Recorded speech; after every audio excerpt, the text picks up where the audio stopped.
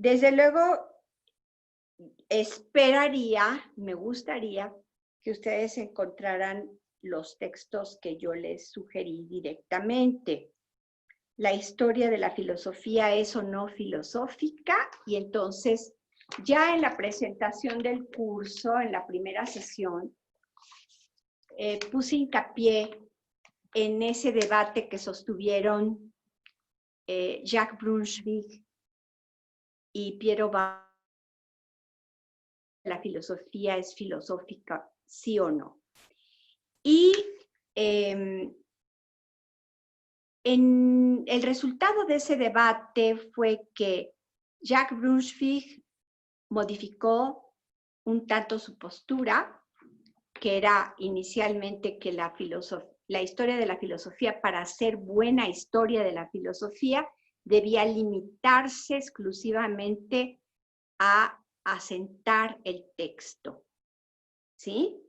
Pero luego reconoció junto con Piero Bank que, dado que es necesario interpretar, ¿sí? En esa dimensión interpretativa interviene ya un aspecto filosófico, ¿sí? Y por tanto, no se puede establecer el texto sin hacer filosofía también, ¿sí? Este resultado a mí me parece muy valioso porque Jacques Brunswick sobre todo se dedica a establecer pasajes muy polémicos, muy difíciles de comprender, ¿sí? Y entonces se da la tarea muy minuciosa, filológica, fina, de establecer qué palabra o qué letras faltan en el texto original, ¿sí? Entonces es un trabajo muy complicado, muy arduo y muy técnico, pero que también requiere de una comprensión, un horizonte de comprensión, ¿sí? Y ese horizonte de comprensión, pues lo da la filosofía, ¿sí? Es decir, que si no se tiene una comprensión más amplia, es difícil que la parte tenga un sentido, ¿sí? Es necesario una relación entre la parte y el resto del texto, ¿sí? Su contexto, ¿sí?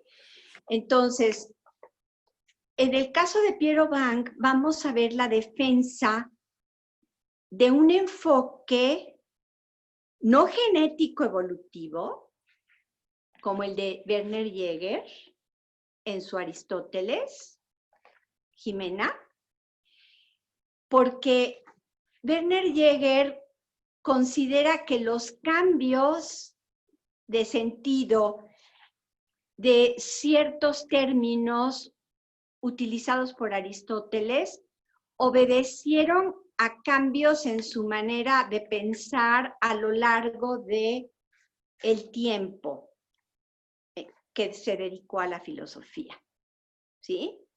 Pero en realidad, si ustedes acuden a la obra de Bonitz, al Index Aristotelicum de Bonitz, ustedes van a ver que hay más de 13,000 términos, ¿sí?, filosóficos, y Bonitz establece los distintos sentidos de esos términos y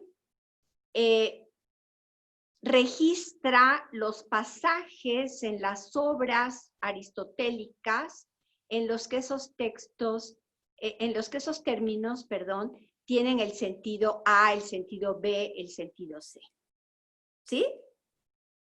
Quiere decir que no podemos atribuir a una evolución, a un proceso genético evolutivo, los cambios en ciertos términos.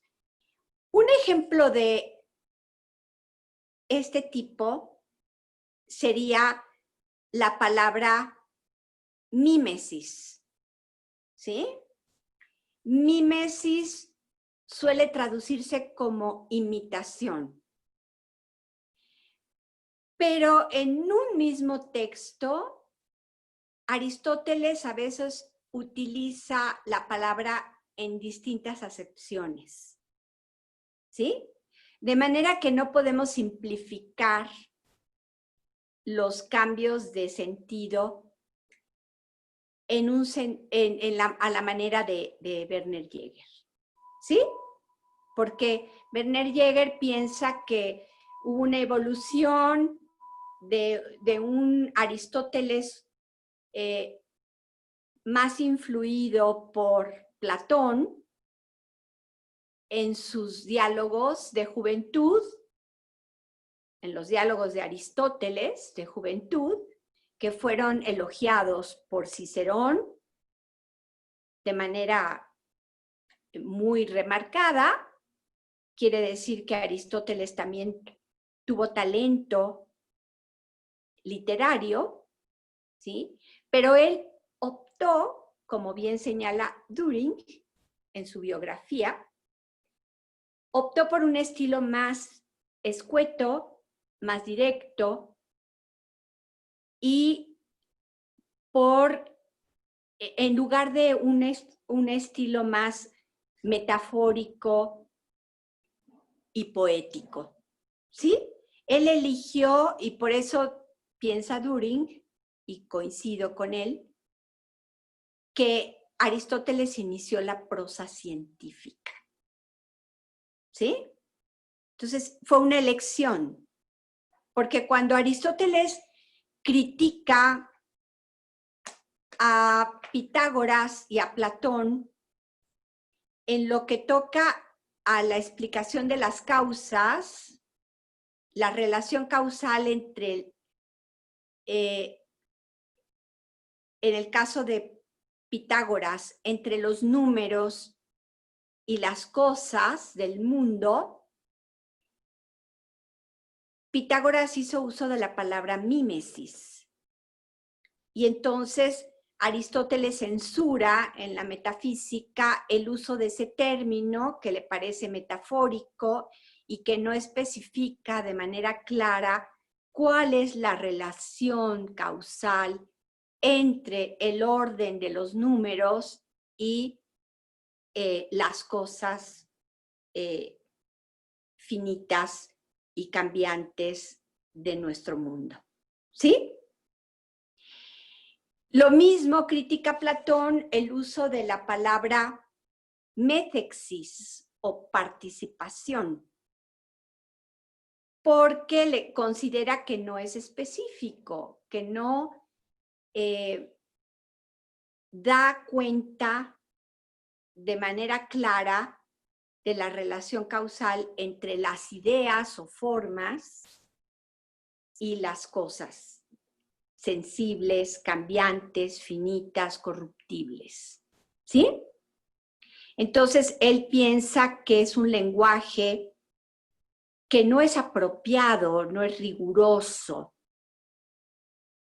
Y en esa exigencia de especificidad, de claridad, de rigor, él prefiere acudir al lenguaje natural. Entonces, de hecho, vamos a ver que él intenta definir de manera clara, específica, aquello de lo cual se ocupa, y vamos a ver que va a establecer campos de conocimiento según el tipo de objetos de los cuales se ocupa una disciplina o un campo del conocimiento, ¿sí? Y entonces, lo que antes era abordado de manera conjunta, ¿sí? En los diálogos de Platón, por ejemplo, vamos a encontrar en el diálogo Menón que por un lado está el problema de qué es la virtud o excelencia, ¿sí? Por otro lado está el problema de la definición, cómo definir, luego el problema del conocimiento, cómo investigar lo que se desconoce, el problema del escepticismo, ¿sí? Cómo saber que ya se alcanzó un conocimiento si partimos de la ignorancia, y el problema del método, porque también ahí se establecen distintas vías de investigación, ¿sí? No solo el de la petición de la definición, toti esti, que es, ¿sí? Sino también el de las hipótesis, el método de las hipótesis.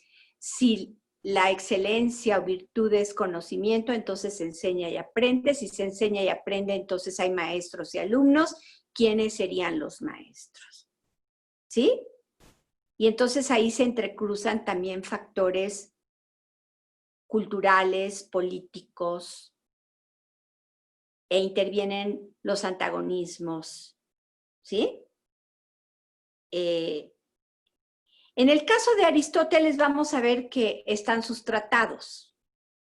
Se conservan sus tratados, que son notas de sus investigaciones, que él complementaba con su exposición oral. Y entonces vamos a empezar con la Metafísica 1. Para algunos esto pues es una decisión poco didáctica. ¿Por qué? Porque la metafísica es un tratado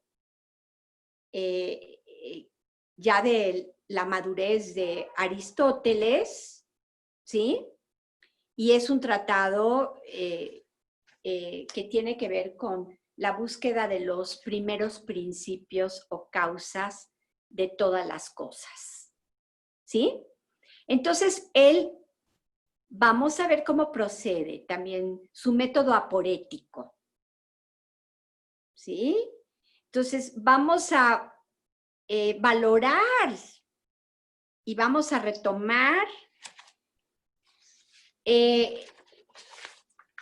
al Aristóteles investigador, ¿sí? Y lo vamos a tomar como un modelo, no necesariamente exclusivo, único, supremo, no, pero sí un buen modelo de cómo se debe proceder, cómo conviene proceder en una investigación. Empezar por las preguntas, ¿sí?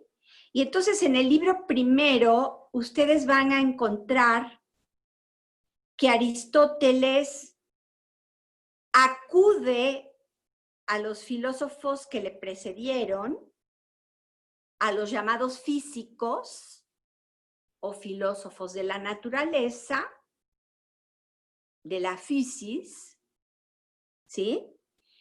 Y va a ver sus teorías. Y entonces no respeta el orden cronológico, omite, por ejemplo, a Anaximandro, ¿sí? Pero sí nos transmite el dato de que Tales de Mileto fue el primer filósofo entre los griegos, ¿sí? Entonces, ¿cuáles son esas teorías materialistas de los llamados físicos? Que la sustancia originaria, ¿sí? La physis generadora de todas las cosas, es una. En el caso de Tales, ¿cuál? Tohidor, lo húmedo o el agua, ¿sí? Y en el caso de Anaxímenes, pues es Toaer, el aire, ¿sí? Omite a Anaximandro. ¿Por qué? Porque su interés no es cronológico, el de un historiador que va a ir siguiendo y exponiendo en la línea del tiempo las distintas teorías o hipótesis propuestas por sus predecesores, ¿sí? Su interés es filosófico. ¿Qué quiere decir? Lo que le interesa es establecer, descubrir cuáles son los principios universales de todas las cosas. Entonces, retoma a los físicos y los distingue entre monistas y pluralistas. Monistas, los que van a atribuir a un elemento el ser la causa de todas las cosas. Ahora, ¿cuál es el problema de un elemento que se propone como un elemento determinado, como el agua o el aire, que se propone como principio de todas las cosas? Cómo de un principio se pueden generar cosas tan diversas. Ese es un problema, ¿sí? Que le parece no está del todo explicado en el caso de Tales. Pero él formula lo que considera que fueron las razones por las cuales Tales consideró que el agua era el principio universal, ¿sí? Porque el semen, ¿sí? Es húmedo, es líquido, ¿sí? Pero a su vez Aristóteles es muy riguroso, porque no se limita a exponer. ¿Por qué? Porque su interés es filosófico y entonces él encuentra ciertas fallas en la hipótesis de Tales de Mileto. Una de las fallas es, bueno, si el agua sostiene a la tierra, ¿qué sostiene al agua? ¿Sí? ¿Sí? Porque es como el mito hindú de la tortuga que sostiene al cosmos. Bueno, ¿y qué sostiene a la tortuga?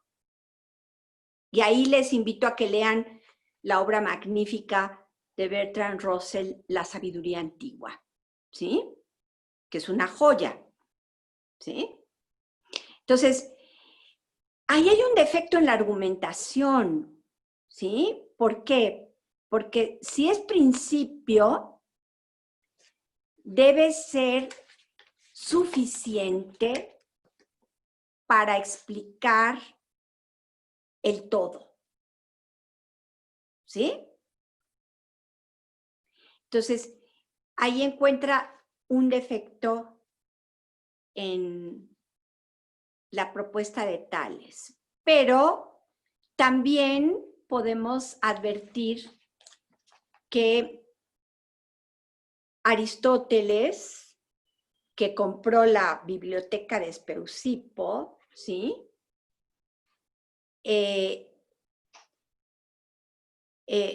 Pese a tener una biblioteca muy rica, privada, ¿sí? No dispuso de los textos de los antiguos físicos. ¿Por qué? Porque recordemos que en el siglo V, durante el gobierno de Pericles en Atenas, se prohibió la filosofía de la naturaleza y se prohibió la sofística. ¿Sí? Entonces, no tuvo acceso a los textos. Incluso vamos a ver que la información es parcial y muchas veces indirecta y tardía. ¿Sí? Sobre lo que pensaron los primeros filósofos. ¿Sí? Entonces, en el caso de Anaxímenes, pues nosotros podríamos decir, bueno, Anaxímenes sí proporciona una teoría, una hipótesis de cómo se da el proceso de generación a partir de una misma sustancia que es el aire, por rarefacción y por condensación. ¿Sí? Se generan las cosas más sutiles o las cosas más densas, como los metales, las piedras, las rocas. ¿Sí?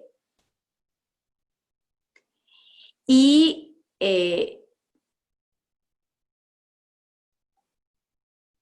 pero para Aristóteles, una de las fallas de la teoría monista, de las teorías monistas en general, es que no dan cuenta de manera clara y específica de cómo a partir de un solo elemento se genera la pluralidad y la diversidad.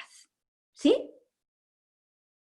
Entonces, eso le parece una falla. Y el pluralismo materialista tampoco le parece que sea suficiente para explicar de manera apropiada.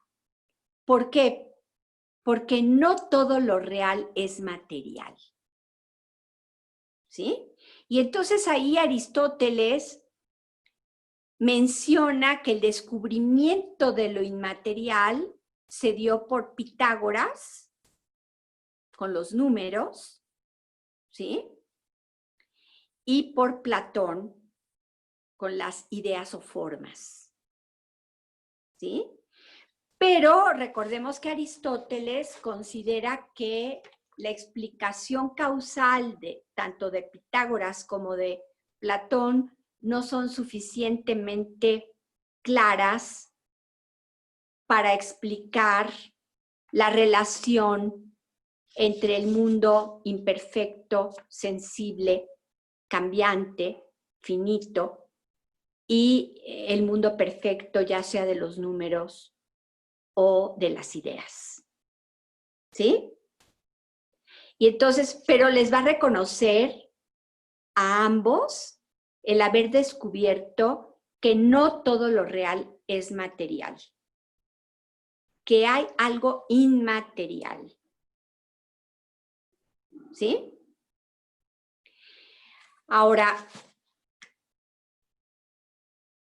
respecto a la causa eficiente, ¿sí? ¿Qué es la causa del movimiento? ¿Sí? Y de la generación, ¿sí?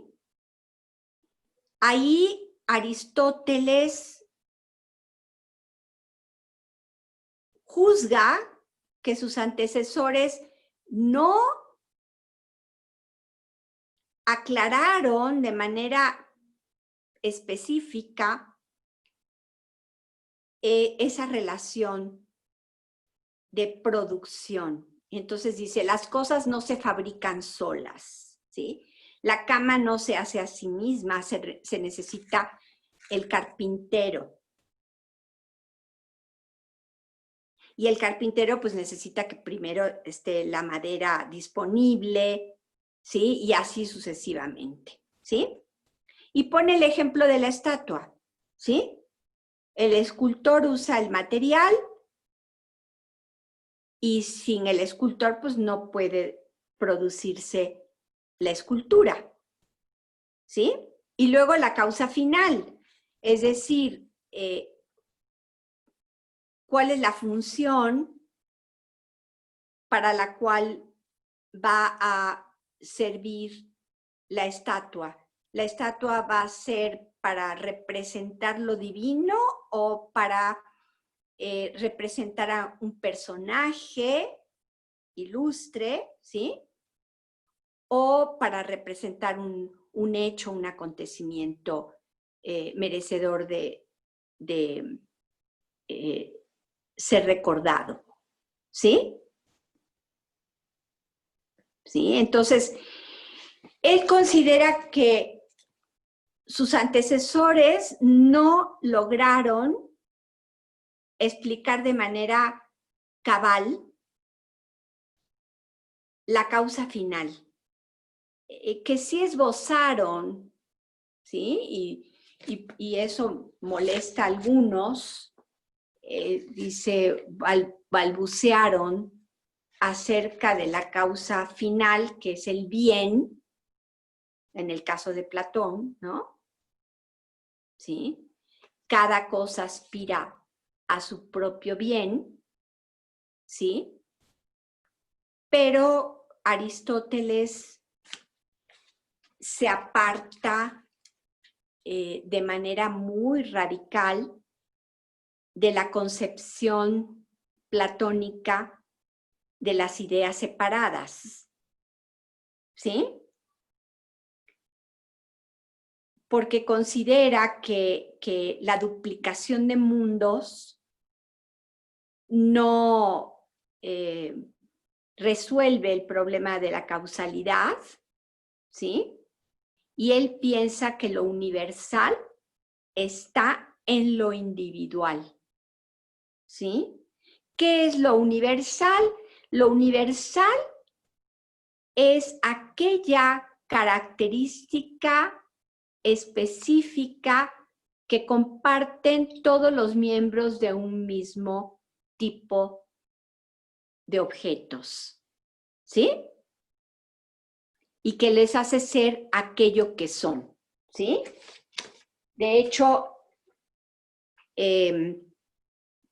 entonces no está pensando en que el universal está aparte y existe en sí y por sí, ¿sí? Porque que existe en sí es que tiene verdadera realidad y por sí que no existe por otra causa, sino que es incausado. Y es simple, es inmaterial, es perfecto, es inteligible, es eterno, ¿sí? En tanto que lo real es sensible, material, corruptible, finito, imperfecto, compuesto, ¿sí? Entonces, Aristóteles propone otra concepción del movimiento, de la kínesis, o del, ¿sí? Y ese movimiento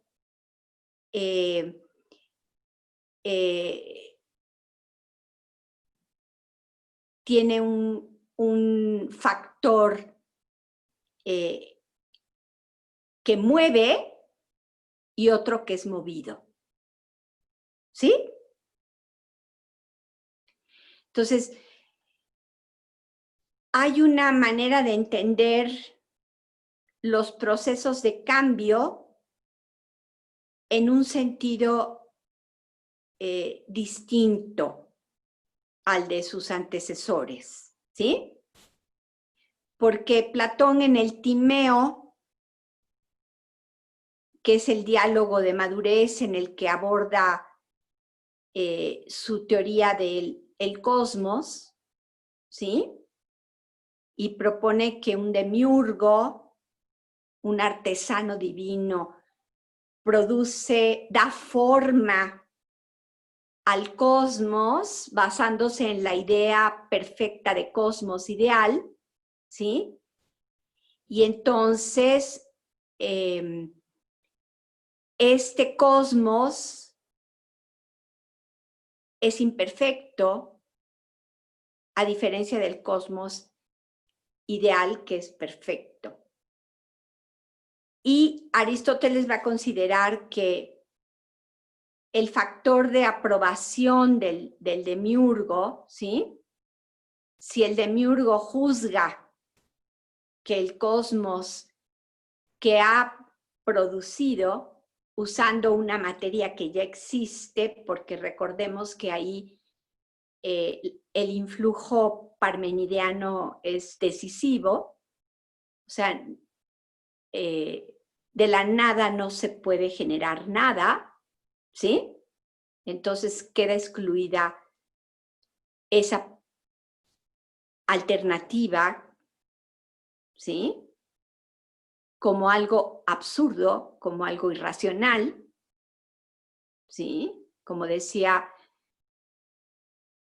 mi profesor Eduardo Nicol, de la nada, nada, ¿sí? Entonces, esa alternativa queda excluida y se piensa que, bueno, propone Platón que el demiurgo modela la materia, ya existe la materia, ¿sí? Y le da forma, orden y configura al cosmos, ¿sí? Pero este cosmos es imperfecto. Aristóteles busca una causa primera, inmóvil, ¿sí? Que mueva, sin moverse, ¿sí? Y entonces propone el motor inmóvil, ¿sí? Como la causa primera de todas las cosas. Pero concibe el cosmos como algo ordenado en relación a un fin.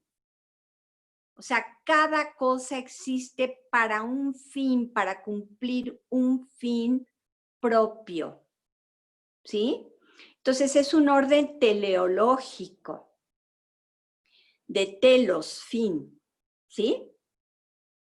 Entonces todo existe por algo y para algo, ¿sí? En el caso de los productos que nosotros generamos, ¿sí?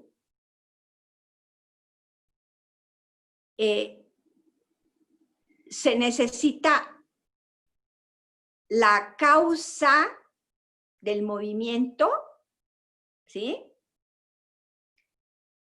Y el producto de ese movimiento, ¿sí?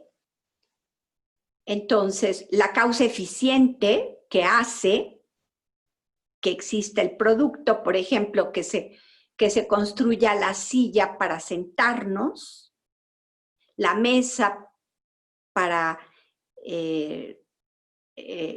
comer, ¿sí? Y que los griegos no usaban. Usaban cliné, ¿sí? Un tipo de silla muy cómoda en donde se recostaban, ¿sí? Parecida a la de Madame Recamier, ¿sí? Entonces,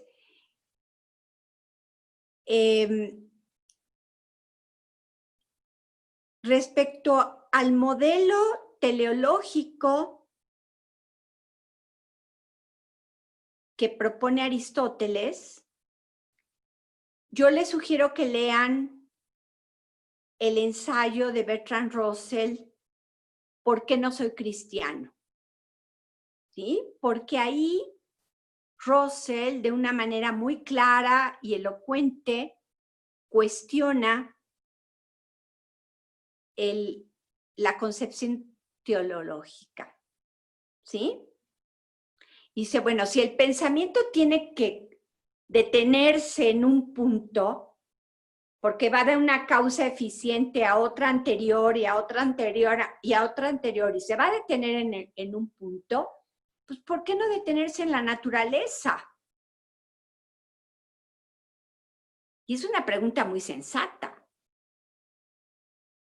¿sí?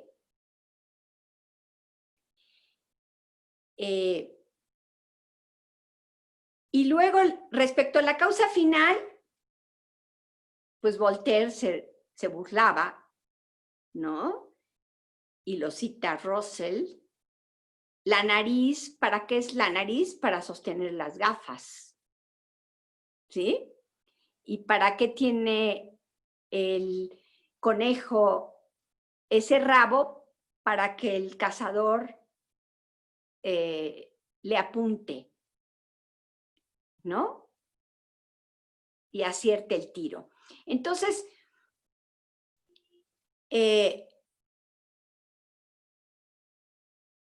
ahora Aristóteles, como padre de la biología, concibe que la función hace al órgano, ¿sí? O sea, el organismo está constituido como un todo y los órganos, cada uno de ellos realiza una función que le es propia y que en conjunto mantienen vivo y funcionando a ese ser viviente, ¿sí? Entonces, sí, sabemos que el apéndice, pues, alguna vez cumplió alguna función, pero esa función se perdió, ¿sí? Y sabemos, por ejemplo, que el timo le llaman el órgano de la alegría porque está muy activo en la infancia y después se atrofia. Y hay una cosa muy interesante desde el punto de vista médico. O sea, la miastenia gravis, que es la debilidad generalizada de los músculos y que es una enfermedad terrible, ¿sí? La extracción del timo, la extracción quirúrgica del timo en pacientes que sufren miastenia gravis, tiene resultados positivos, ¿sí? Mi padre tuvo miastenia gravis y llegó un momento en que ya no podía deglutir, ya no podía cerrar la boca, entonces la saliva se le escurría, los párpados los tenía caídos, ya casi no podía caminar, su vida se había deteriorado terriblemente. Entonces el cirujano Esperanza, el doctor Esperanza en el Centro Médico Nacional, le propuso que se operara. Él desarrolló una técnica quirúrgica de microcirugía para extraer el timo y le dijo, mire, un porcentaje tal de pacientes tienen un resultado favorable y mejora su calidad de vida. Usted todavía podría someterse a cirugía. Piénselo. Entonces mi padre se sometió a cirugía en los años, ya no recuerdo ahora si fue a finales de los 80, ¿sí? Y sí tuvo una mejoría, ¿sí? Y claro, siguió medicado, pero definitivamente mi padre recuperó muchas de sus funciones porque todos los órganos son músculos, ¿sí? Todos. El corazón, los pulmones, el estómago, ¿sí? Entonces, finalmente, pues, llegó a su fin, a su término de vida, pero tuvo una calidad de vida que no habría podido tener sin la extracción del timo. Una neuróloga me acaba de comentar el gran descubrimiento quirúrgico. ¿Cuál gran descubrimiento? Ya en oncología, digo, en el Centro Médico Nacional, en neurología, ese extraordinario médico ya tenía esa investigación y esos resultados. ¿Sí? Ya. Y se lo dije a la doctora María Teresa Reyes. Pues eso ya se sabía desde hace décadas. Mi padre fue sometido a una cirugía y recuperó sus funciones. Porque lo que empezó como una miastenia ocular, después se generalizó, ¿sí? Entonces,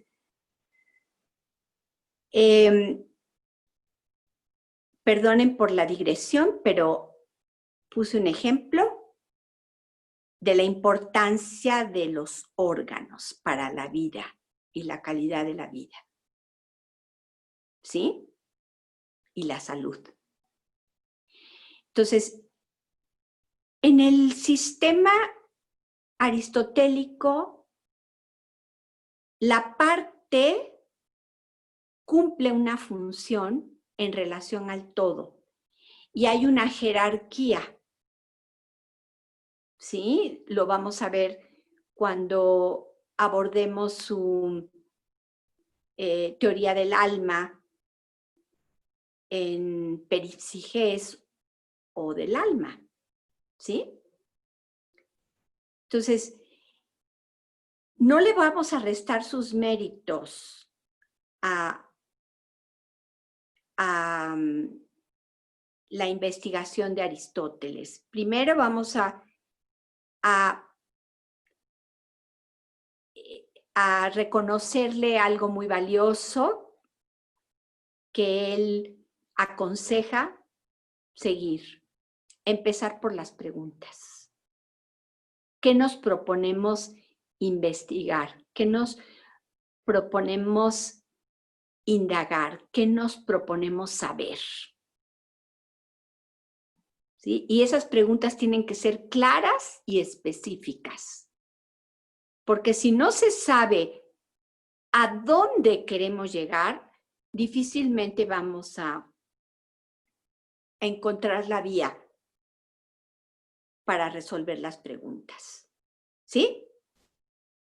Entonces, por eso casi todos los tratados de Aristóteles empiezan por un libro aporético. Y David Ross, el gran editor de la obra de Aristóteles en inglés, y en edición bilingüe, en inglés, ustedes van a ver, en griego y en inglés, ¿no? Ustedes van a ver que le da una importancia fundamental al método aporético de Aristóteles. Y yo recomiendo 100% seguir ese método en el campo de la filosofía. ¿Sí? Ahora, como parte de su procedimiento es indagar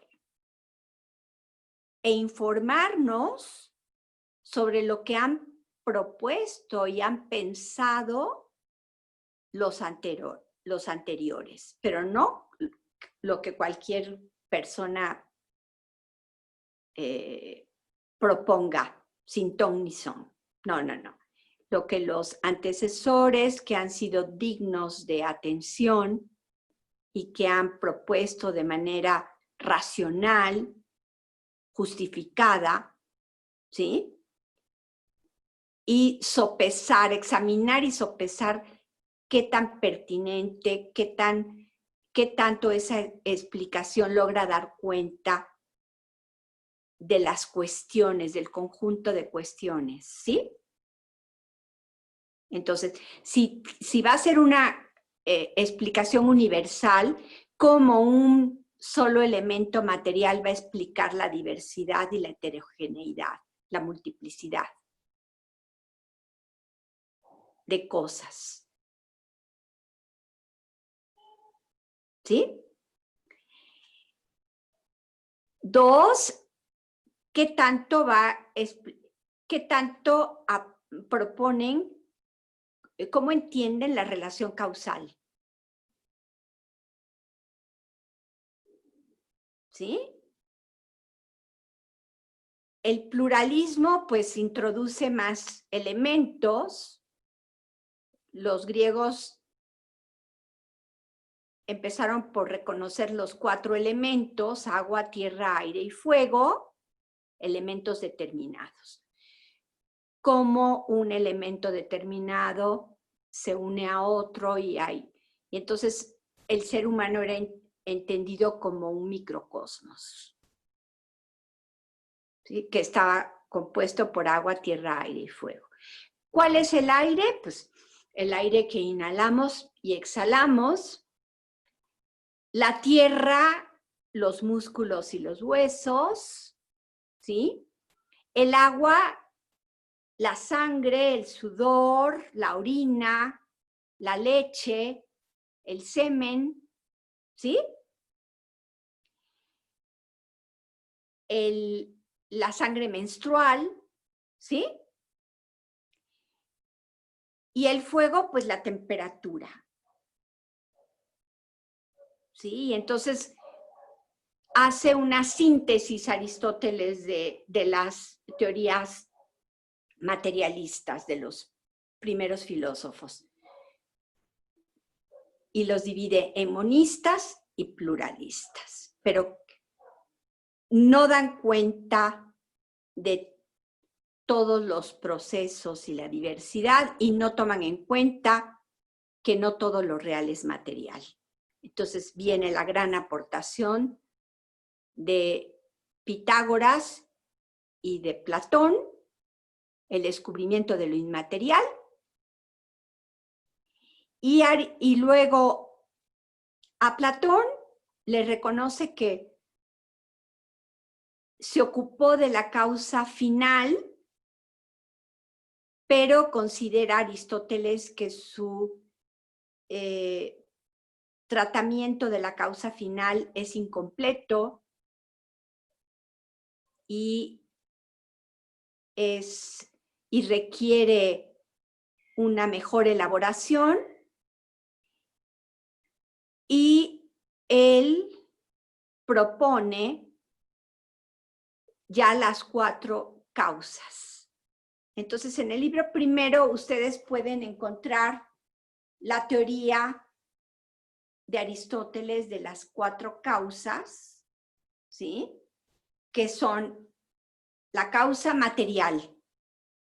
Pero esa causa no es universal, porque da cuenta del aspecto material, de los objetos materiales, ¿sí?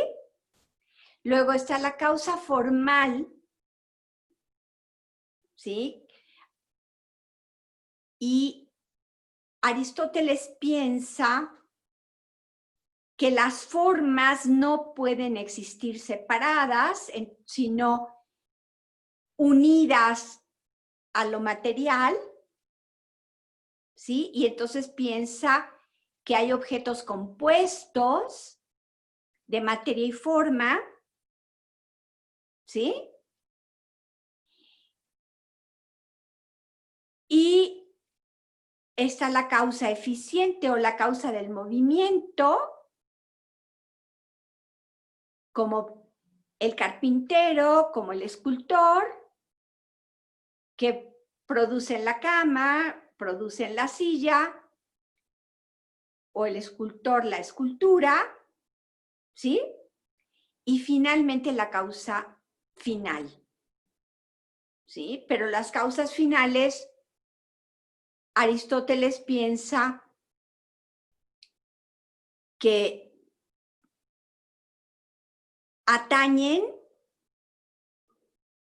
a lo que cada cosa es, ¿sí?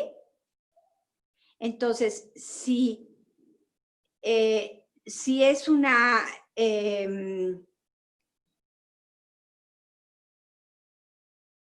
mesa, ¿cuál va a ser su finalidad? Servir como soporte para que nosotros pongamos los libros, los cuadernos, los utensilios que usamos para estudiar, para escribir, ¿sí? Entonces, es aquello para lo cual es una cosa, su fin propio. Pero esa visión del fin propio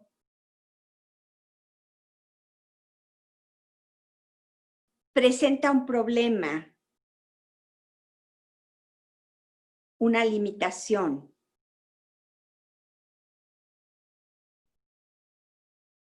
Y una limitación que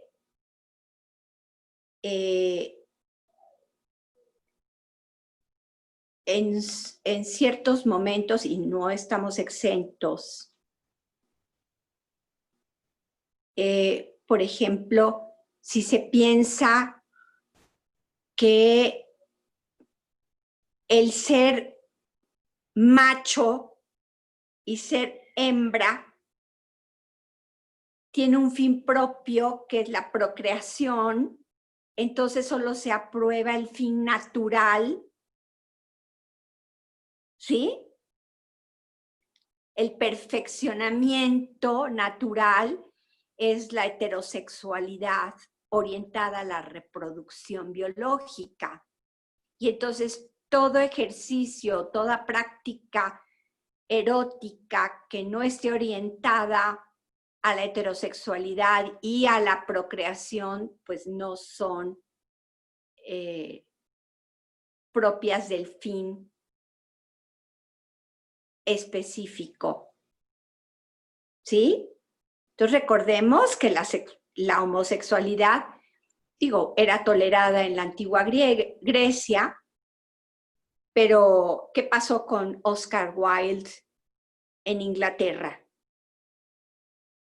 ¿Sí? ¿O qué pasa en el día de hoy? ¿Cuál es la edad promedio que viven las personas transgénero que se operan porque prefieren ser distintas? 30, 35 años las matan, los matan a los transgénero. ¿Y qué pasa con los homosexuales? ¿Sí? ¿Qué pasa con los bisexuales? ¿Qué pasa con los queer? Se proliferan las identidades de género, ¿sí? Entonces, tengo amigas de la infancia que están a favor de la familia natural. Padre, madre, hijos y nada más. Aceptan el control natal, pero ya eso es un avance tremendo. Pero se oponen a que haya matrimonio de personas del mismo sexo, se oponen a que tengan hijos las personas que viven en pareja homosexual, lesbiana o transgénero, ¿sí? Y están totalmente en desacuerdo con esas preferencias sexuales, identitarias, ¿sí? Entonces, el prejuicio de que hay un fin propio y que es ese fin propio el natural, y ese es el que debe ser, puede dar lugar al desconocimiento de los derechos de la libertad de elección, mientras no se violenten los derechos de las otras personas. ¿Sí? O sea, hay un nivel de intolerancia, porque yo les recomiendo que lean las memorias de Oscar Wilde mientras estuvo en la prisión, ¿sí? Cómo fue vejado, cómo fue humillado, ¿sí? Cómo fue sometido a un tipo de violencia verbal, simbólica, ¿sí? Cómo salió de la prisión, ¿sí? Pero también les recomiendo que lo lean como gran escritor, ¿sí? Y que lean el juicio. Así que la ironía mató a Sócrates y la ironía mató a Oscar Wilde, ¿sí? Porque sus respuestas muy brillantes, muy ocurrentes, irritaron al fiscal y al juez. ¿Sí? Entonces fue algo terrible, ¿sí? Y es reciente, si nos ponemos a ver en términos históricos, ¿sí? Entonces, me he desviado de lo que pensaba tratar, ¿sí? Pero antes de continuar, quisiera preguntarles a ustedes, ¿sí?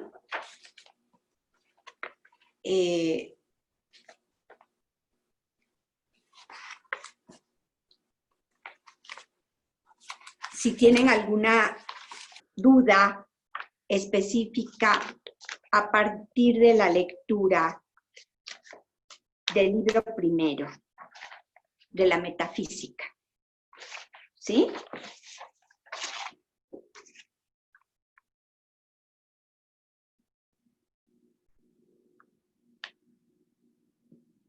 ¿Sí?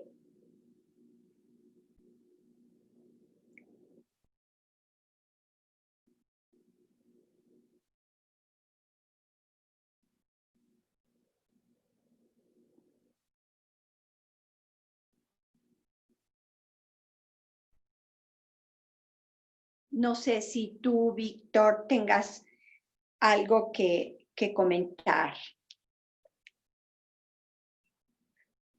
Ángela. Pues yo solo tengo como dudas con respecto a cosas como específicas. Sí, Se me ocurre como, por ejemplo, si ahorita de lo que hemos estado como hablando, podemos hablar de que en cierto modo cuando en el libro primero habla de la construcción de esa ciencia primera, está hablando de la sabiduría en realidad, ¿no? O más bien como del conocimiento como tal. sí, Y al compararlo con la parte las primeras lecturas que dejó para la primera semana, que era como más el debate entre qué uso debería de tener Aristóteles hoy en día y si se ha distanciado como de la discusión historiográfica y todo esto, a mí me surge como, o sea, la idea de que está delimitando realmente cómo se va a construir todo el pensamiento posterior a él, ¿no? sí. Entonces me suena como, bueno, me llama mucho la atención, yo estudié sociología, soy egresado de Xochimilco y revisamos Aristóteles desde una parte de lo político, ¿no? Y ahora, o Excelente. de la construcción de la polis, todo esto. Y ahora que lo empiezo a revisar desde la parte de la metafísica, pues me doy cuenta que el sistema filosófico que generó, pues es determinante para todo el pensamiento de Occidente, en realidad, ¿no? Su influjo es muy importante, lo mismo que el influjo de Platón y de Sócrates y de los grandes pensadores, ¿sí? Entonces, voy a retomar lo que tú señalaste, ¿sí? Porque, ¿cómo empieza la metafísica?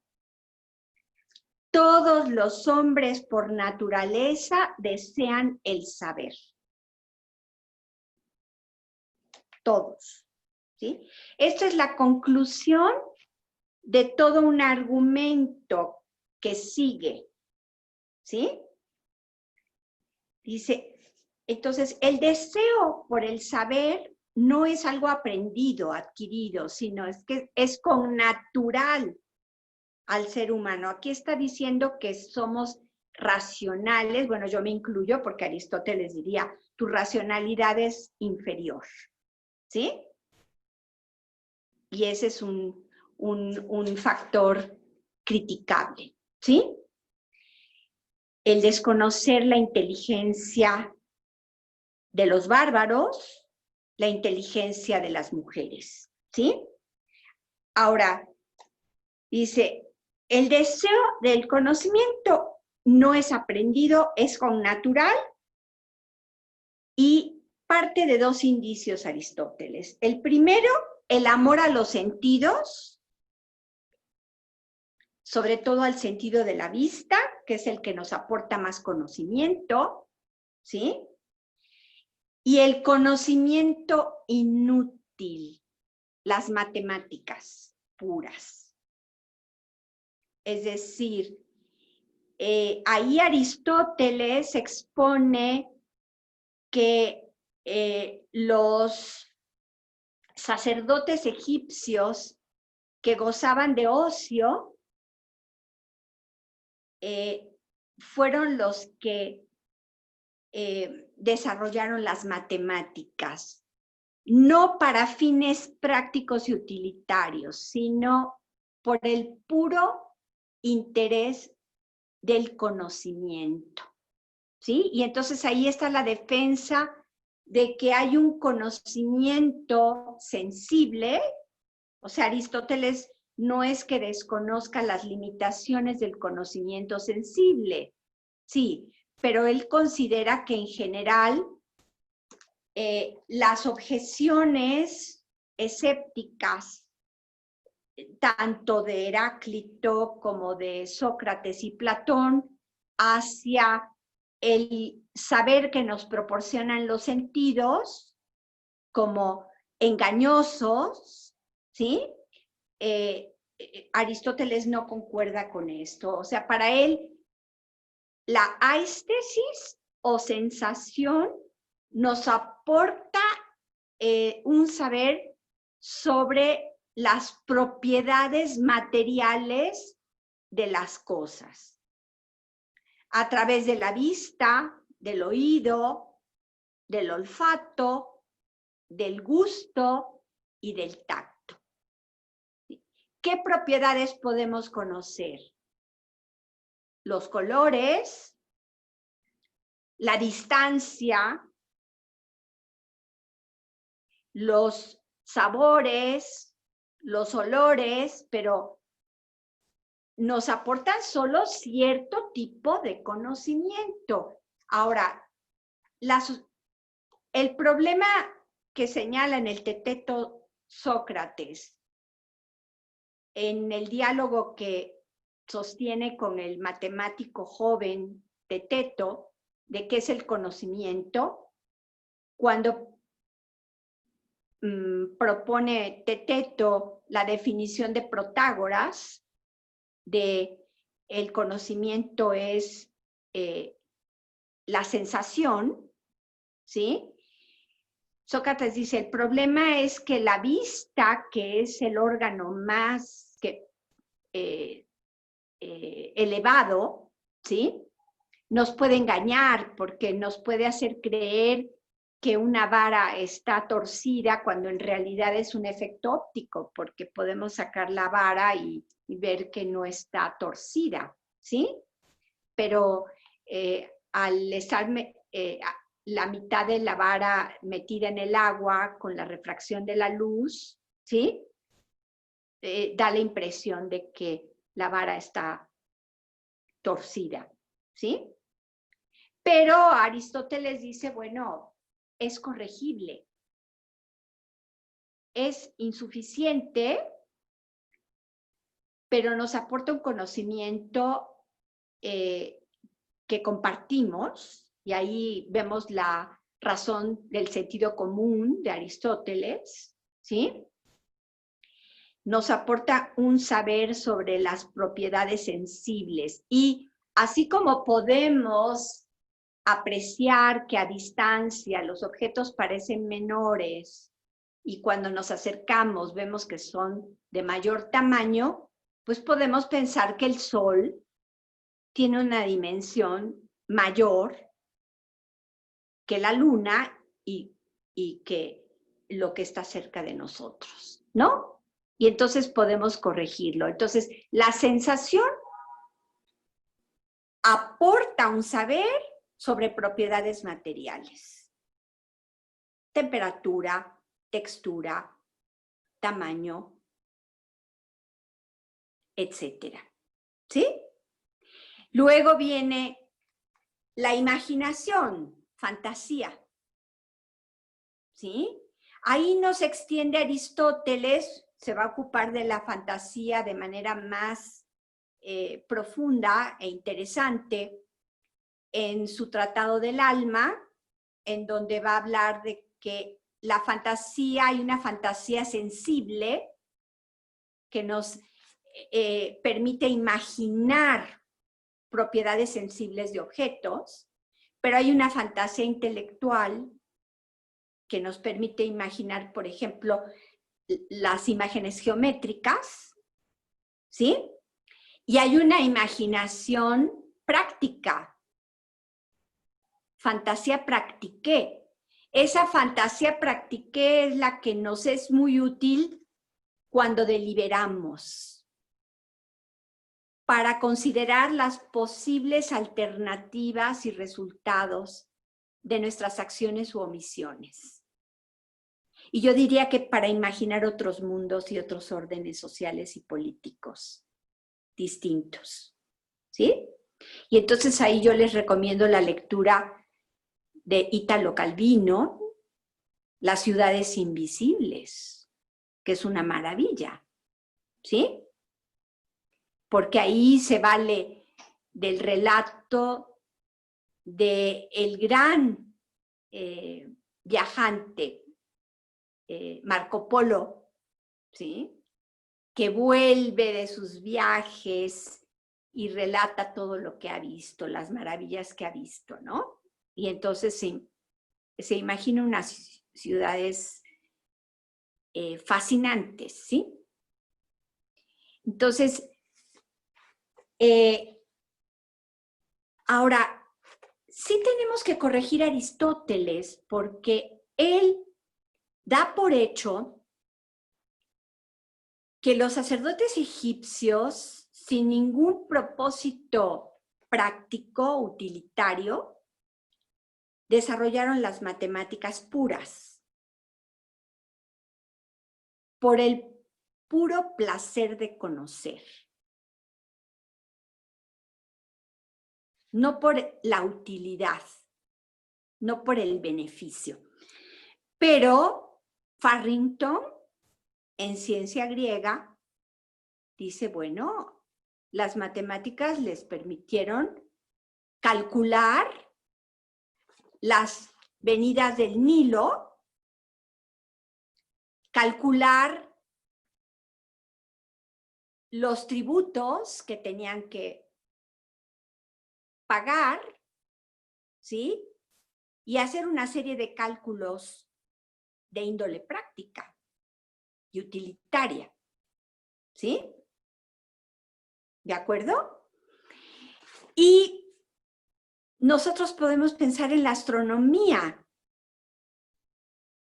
¿sí? En Tabasco, en La Venta, hay una escultura que muestra una figura humana con el rostro mirando al cielo.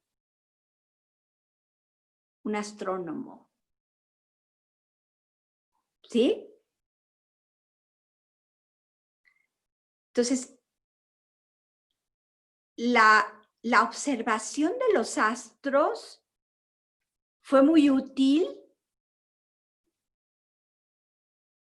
y estuvo ligada también a los calendarios, la medición del tiempo, ¿sí? Etcétera. Y pues sabemos que entre los pueblos mesoamericanos hubo un desarrollo de la astronomía extraordinario, ¿sí? Entonces, si cualquier ser humano va al Museo de la Venta, puede no sorprenderse ante esa imagen que vuelca el rostro hacia el cielo, ¿sí? Pero todo lo que dice esa imagen, ¿sí? Lo mismo las grandes cabezas olmecas, ¿sí? En el Museo de Arqueología y Antropología de la ciudad de Jalapa, Veracruz, ahí en la parte exterior están las grandes cabezas olmecas y podemos apreciar que son diferentes, cada una es distinta. Son asombrosas.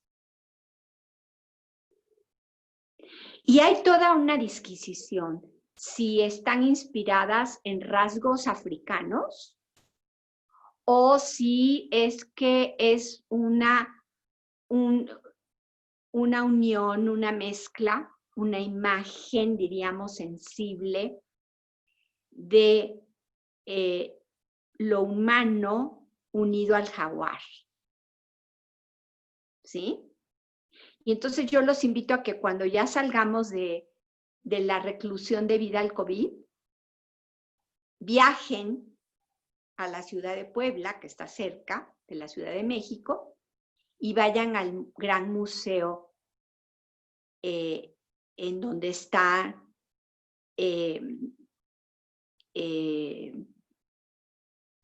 la colección más importante de piezas prehispánicas, ¿sí?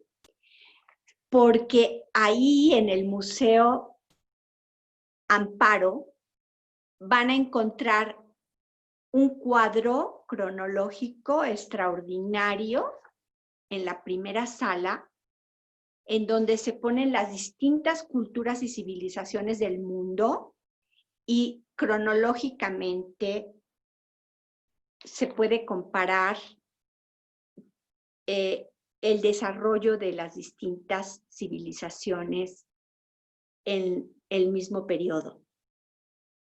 ¿Sí? Es muy interesante. ¿Sí? Pero entonces, esto no le resta, sin embargo, importancia al argumento que Aristóteles aduce de que hay un tipo de conocimiento que es inútil, pero que valoramos, que apreciamos. Y están las matemáticas puras, ¿sí? Y entonces, si todo el conocimiento obedeciera a un interés, a un beneficio que perseguimos o que nos reditúa el conocimiento, pues no buscaríamos, no seríamos capaces de indagar lo que no es útil. ¿Sí? Entonces, también es interesante y muy valioso, a mi juicio, que Aristóteles aprecie en su justo valor el conocimiento sensible. Entonces, está el conocimiento sensible, está la imaginación, está Neme, la memoria, a la cual le va a dedicar todo un tratado aparte, ¿sí? La Neme es una facultad que almacena o registra nuestras sensaciones. ¿Sí? Entonces, si no estuviésemos dotados de memoria, no podríamos aprender. ¿sí? Y el aprendizaje, tanto individual como colectivo, es importantísimo, ¿sí? A partir de la sensación y la memoria, se alcanza un conocimiento que a su vez se puede dividir entre un saber productivo útil, ¿sí? Por ejemplo, el arte de la medicina, que es útil para la salud, el arte de la estrategia militar, que es útil para obtener la victoria o no ser esclavizados o aniquilados, ¿sí? La agricultura, la pesca, ¿sí? La ganadería, pero además la alfarería, la herrería, ¿sí? Aparte de ese saber útil o esos saberes útiles, tecnai, ¿sí? Están las artes libres, ¿sí? Esas que desarrollamos por el placer que nos procuran, ¿sí? Y entonces no las desarrollamos por una utilidad, ¿sí? Un beneficio, sino que por el disfrute. Y ahí están las artes libres, ¿sí? La poesía, la música, la escultura, ¿sí? Ahora, esas artes se pueden, porque Aristóteles distingue entre la cocina, el arte culinario, y el arte de componer tragedias, ¿sí? No es lo mismo producir una sopa deliciosa, un mole, no le vamos a restar su valor, ¿no? A la cocina mexicana tradicional, pero no es lo mismo que producir una tragedia, y menos una tragedia como es Prometeo encadenado, ¿sí? O como la Orestiada de Esquilo, o Antígona de Sófocles, ¿sí? No. Entonces, y en cuanto a la música, Aristóteles en el libro octavo de su Política se ocupa de los distintos géneros musicales. Es muy interesante ver esto, porque habla de la música práctica, la música que acompañaba las actividades, ¿sí? La música para fines médicos, curativos, ¿sí? Orgiástica, ¿sí? Y la música educativa, ¿sí? Entonces es interesante, ¿sí? Todo lo que él desarrolla. Y bueno, los griegos tenían le reconocían a la poesía un lugar fundamental en la educación y en la formación de las personas y sobre todo de los ciudadanos, ¿sí? Entonces, eso es un punto muy interesante que ustedes en el curso de Estética 1 podrán abordar de manera especial. Y nosotros trataremos en la sección de nuestro programa dedicada a la teoría mimética del arte de Aristóteles, ¿sí? Ahora, vamos a ver que además de la ciencia útil y las ciencias y las tecnai libres, hay una ciencia práctica, episteme practiqué, ¿sí? Que está orientada al bien y en especial al sumo bien para el ser humano, la eudaimonía. Entonces, cuando nos ocupemos de la ética o la filosofía práctica de Aristóteles, nos vamos a encargar de ver su concepción de la felicidad, de la vida plena, la vida que merece ser vivida por un ser humano, ¿sí? Entonces, es muy interesante, ¿sí?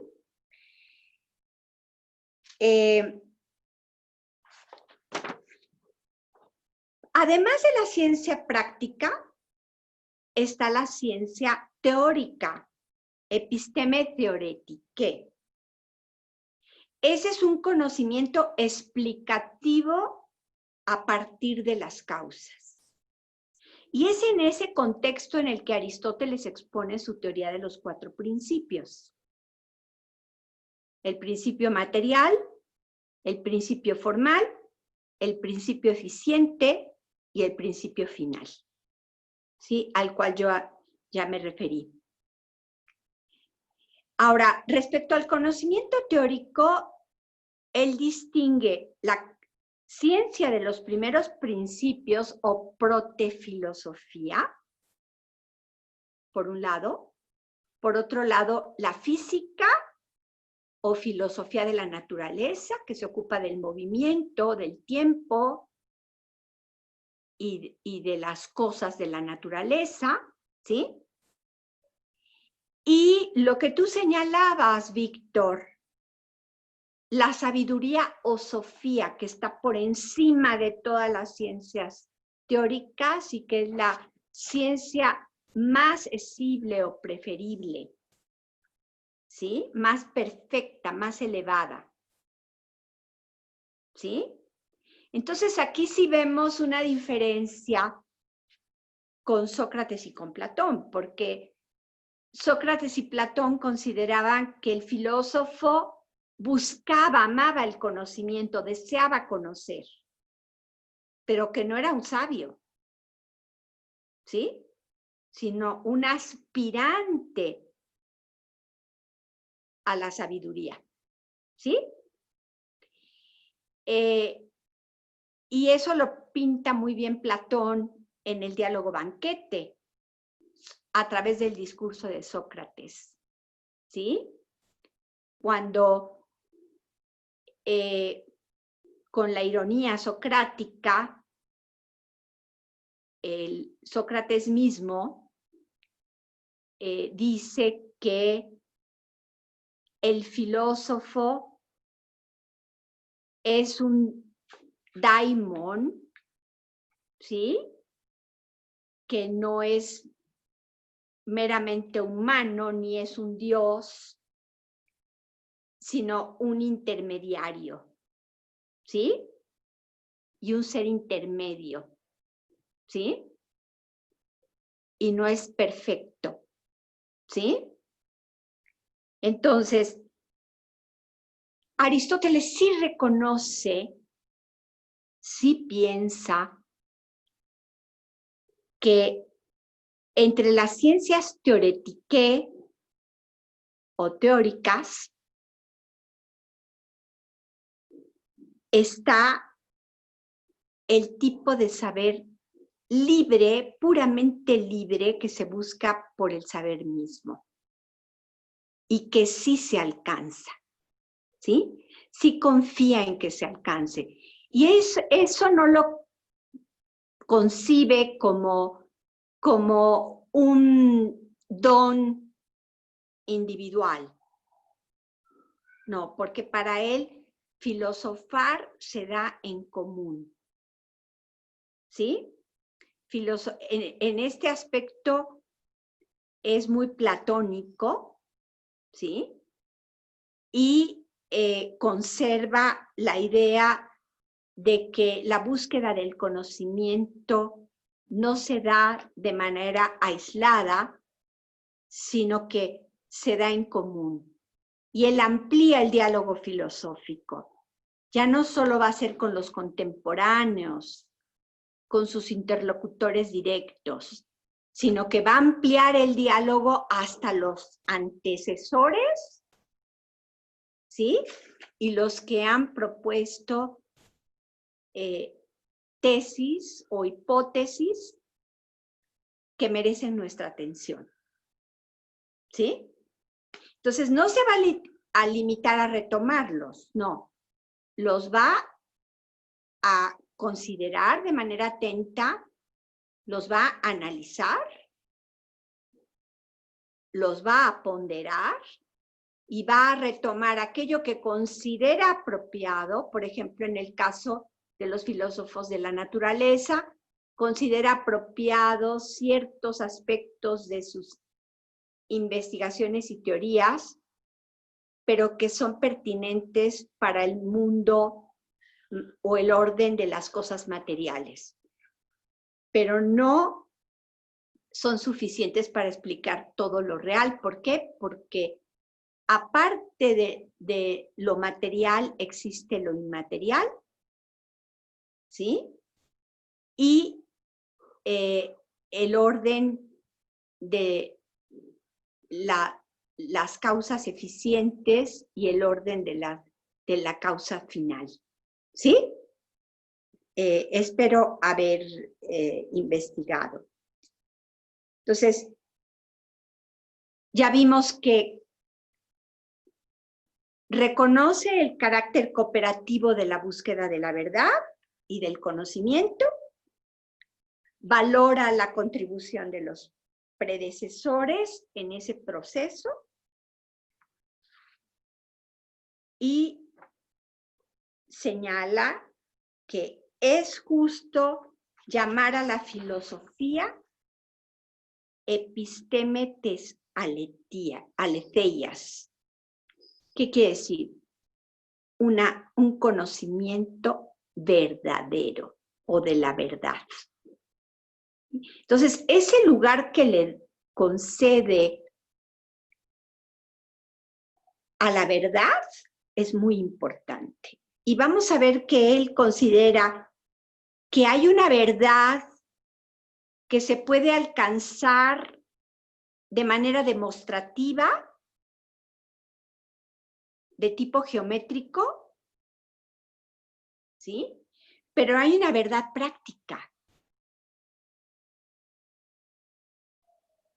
Y esa verdad práctica, él la compara al conocimiento médico,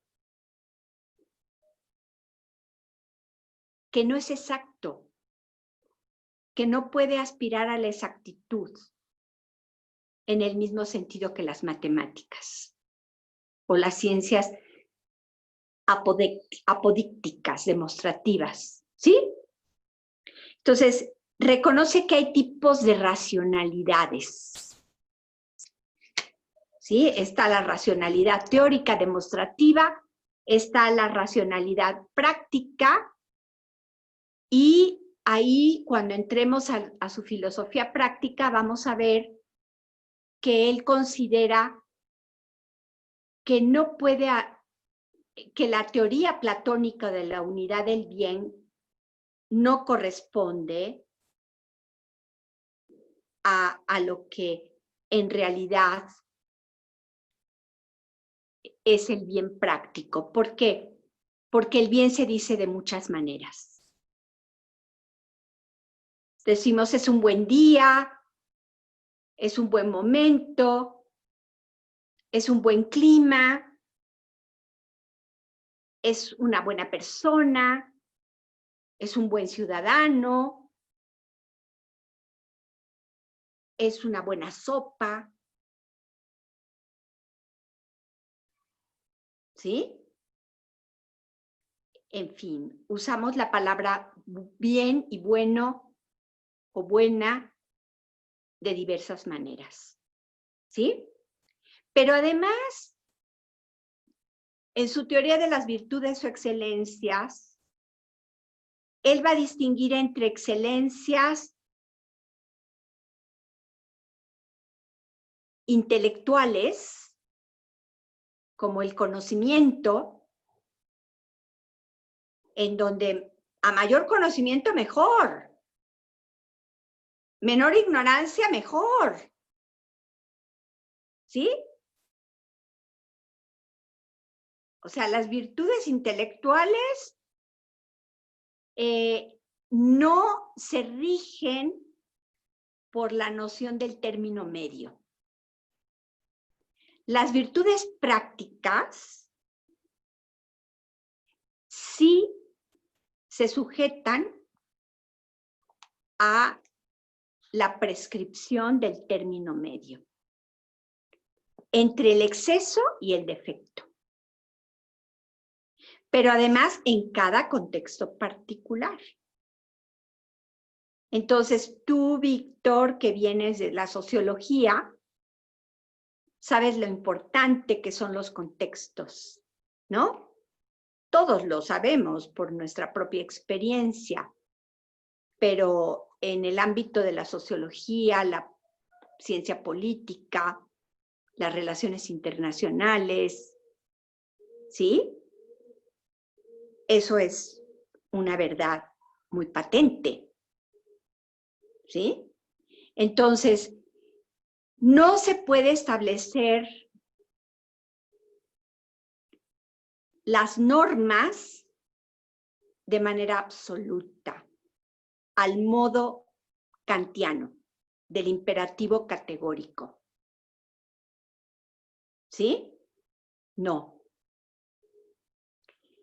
Hay contextos en los que se vale no decir la verdad. ¿Sí? Y entonces tenemos que ver a quién, cómo, dónde, cuándo, de qué manera. ¿Sí? Entonces hay que ponderar una serie de factores y aspectos de índole práctica y contextuales para calcular logística, qué sería lo bueno, lo apropiado. Si tu enemigo quiere que le reveles los planes de defensa de tu ciudad, pues no sería bueno que le digas la verdad. Sería un error craso. Y sería una traición. ¿Sí? A tus connacionales o a los miembros de tu misma comunidad. ¿Sí? Entonces, ahí no conviene, no sería apropiado, no sería bueno decir la verdad. ¿Sí? No quiere decir que Aristóteles diga, no, ¿qué me conviene? ¿Sí? Como Lozoya. ¿Sí? No. No se trata de ese tipo de ajustes y cálculos instrumentales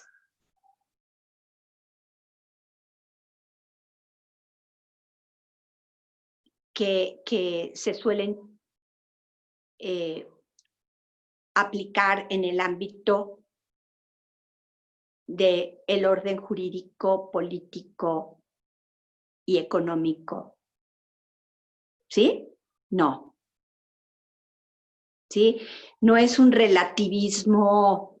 Entonces, Aristóteles se sitúa entre el platonismo, que pretende que hay una unidad del bien y que ese bien es el único y el que debe perseguirse, y el relativismo sofístico, de Protágoras, del hombre es la medida de todas las cosas, de las que son en tantos que son y de las que no son en tanto que no son. ¿Sí? No. Porque tampoco la verdad puede estar sujeta al consenso, porque nos podemos equivocar todos y estar de acuerdo en el error. ¿Sí? Entonces, Aristóteles piensa que la verdad práctica es un término medio, pero que no es reducible o reductible a una fórmula simple, ¿sí? Que aplicar, ¿sí? Es mucho más complejo. Y me parece que tiene mucha razón al considerar que el ámbito práctico es muy difícil de ordenar y que el orden de la deliberación y la acción es sumamente complejo y difícil, y al mismo tiempo valioso. ¿Sí? Entonces, cuando entremos a su filosofía práctica, vamos a tener la oportunidad de ver su silogismo práctico, y la racionalidad práctica. ¿Sí? Es muy interesante. Entonces, la verdad práctica no es equivalente a la verdad teórica. ¿Sí?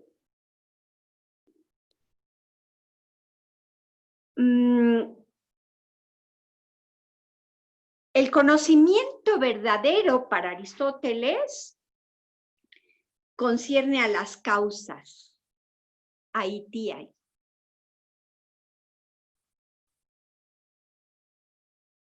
Y en referencia a los seres intermedios, los seres que se producen o se generan y que pasan por procesos de transformación, de perfección y corrupción, por ejemplo, del embrión a convertirse en niño, de niño a joven, de joven a adulto, de adulto a viejo, no hay una conversión recíproca. Pues vemos a Elvester Gordillo, ¿no? Su transformación. ¿Sí? No sé si vieron De Panzazo. ¿Sí? Entonces, ahí nos ponen una muestra de ella joven, que era una mujer bastante atractiva, ¿sí? Y luego toda su transformación, no solo en términos políticos y el nivel de corrupción al que llegó, sino sus estiradas.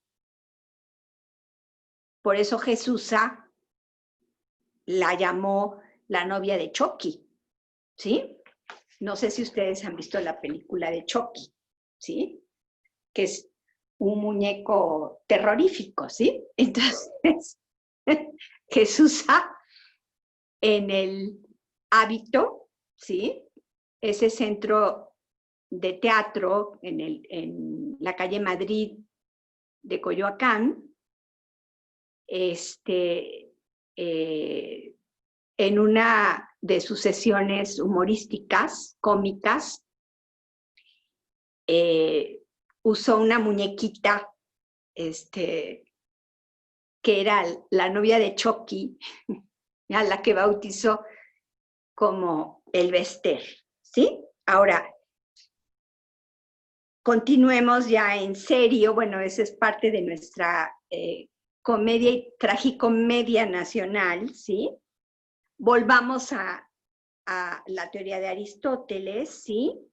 Y entonces él está proponiendo que esos cambios que se dan no son reversibles. Y ahí se está oponiendo a la teoría dialéctica del cambio. ¿Sí? Porque recuerden que para Heráclito todo estaba en un eterno fluir y no había un término a ese ciclo eterno, ¿sí? De generación y transformación, ¿sí? Entonces, no. O sea, lo sentimos, pero al llegar a cierta edad, ya los órganos se han desgastado y ya, bueno, se va a inventar órganos artificiales, ahora se hacen trasplantes con órganos que son extraídos de personas vivas. Desafortunadamente hay secuestro de personas y muerte de personas para utilizar sus órganos, ¿sí? Es toda una red criminal, ¿sí?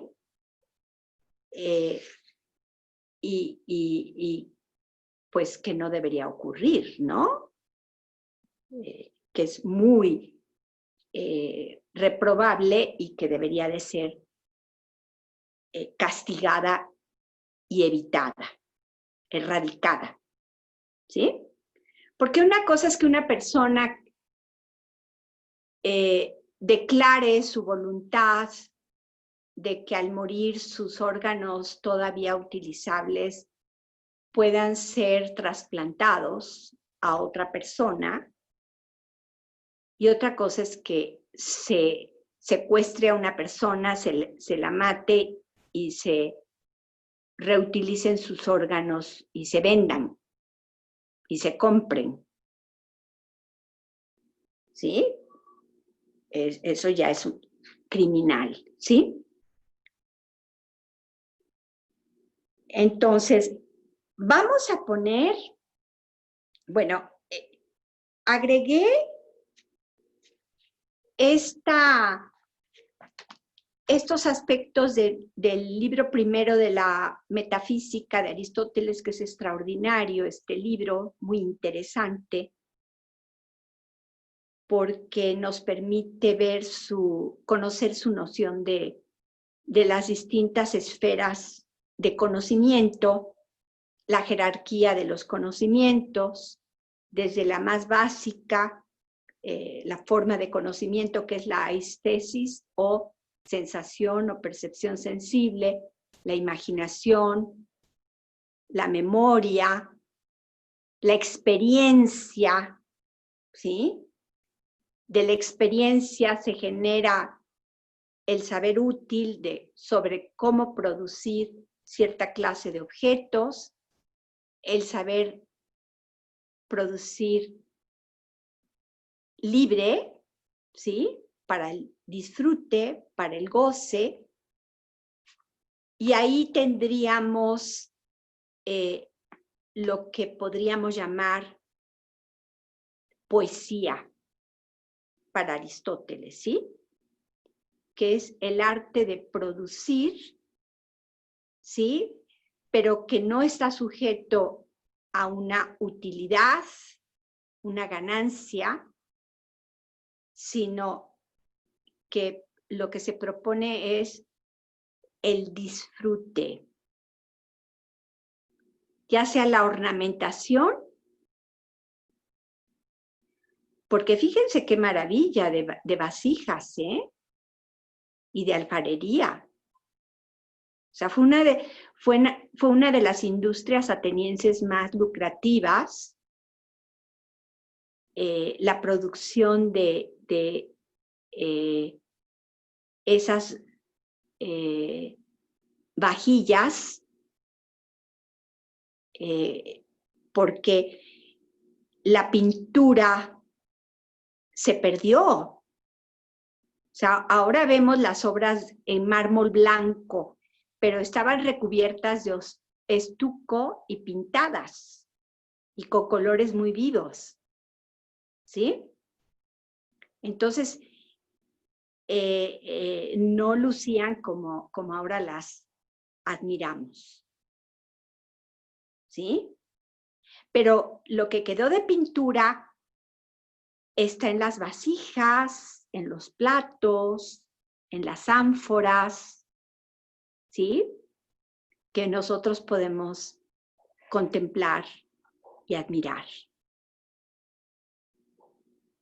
¿Sí? Y ahí podemos ver que la belleza ocupaba un lugar muy importante en el mundo griego.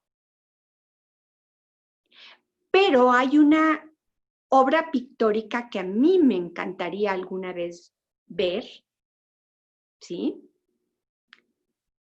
Y que está en una tumba del siglo IV antes de Cristo, o sea, la época en la que vivió Platón y parte de la época en la que vivió Aristóteles, ¿sí?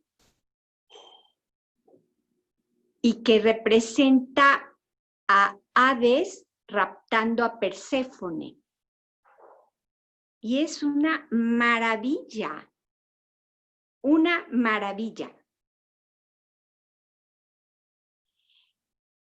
Por la claridad de las líneas, por la expresividad del movimiento.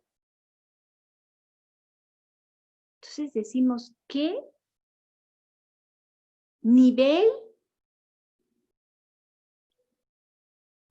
de perfeccionamiento de expresividad del arte pictórico griego? Porque en las vasijas vemos un arte pictórico más geométrico, más menos expresivo. ¿Sí? De todas maneras, piensen, todo eso es a mano. ¿Sí? No era una máquina que iba pintando los platos, las vasijas, no.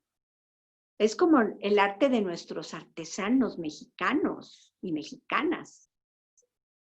¿Sí? Que es extraordinario. ¿Sí?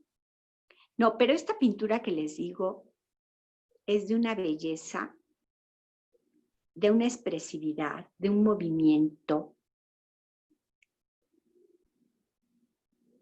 extraordinario, ¿sí? Entonces es una pena que como los materiales son susceptibles de putrefacción y de verse afectados por el medio ambiente, por la humedad, por los insectos y tantos factores ambientales, ¿sí? Se hayan perdido, ¿sí? Pero esa es una muestra del perfeccionamiento del arte pictórico en el mundo griego antiguo. Ahora, el arte pictórico en Grecia continuó, ¿sí?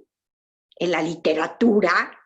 Entonces yo los invito a que lean a Odiseas en Litis, Primero Sol. ¡Qué poema!, ¿sí? Yo los invito a que busquen a los grandes pintores del siglo XX de los griegos, extraordinarios, que lean los ensayos de Odiseas en Litis, ¿sí? Y entonces ustedes pueden buscar a través de Google a los pintores y pueden asomarse a sus pinturas, a sus obras. ¿Sí? No. Hay muchas maravillas en el mundo. En México también. ¿Sí? En nuestro mundo. Pese al desastre económico, sanitario y político, ¿sí? Que espero se pueda superar. ¿Sí? Ahora,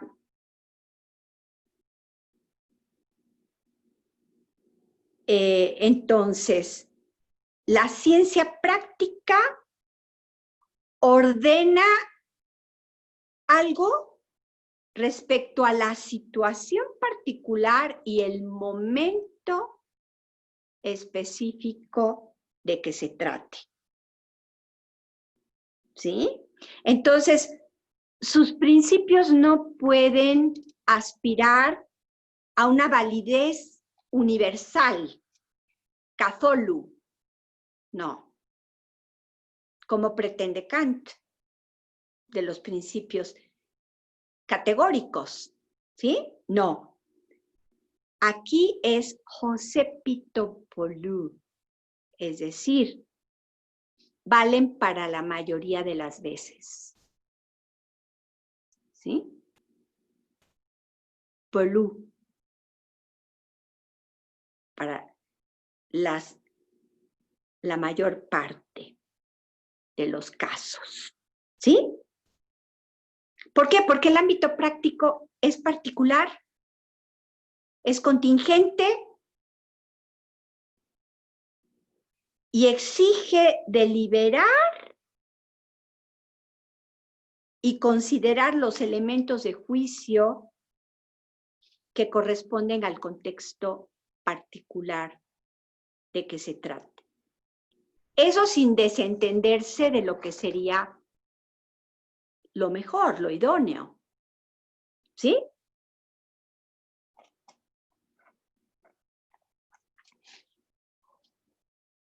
Entonces, vamos a tener oportunidad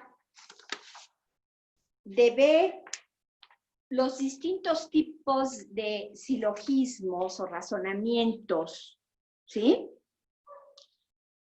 Que Aristóteles distingue de acuerdo con el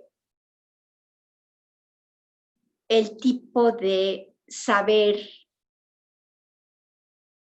y el tipo de realidad de que se trata o se trate, ¿sí? Entonces, uno es el ámbito teórico, otro es el ámbito práctico. Uno es el ámbito de la producción útil, otro el de la producción libre. Ahora, ¿qué conocimiento nos aporta la experiencia? La experiencia nos permite acceder a un saber sobre cierto tipo de objetos, ¿sí? Y sabemos que de entrada la experiencia en Pereya, ¿sí? Pues es algo individual, ¿sí? Recordemos, yo cuando era pequeña y oía, ¡ay, el año se me fue como agua!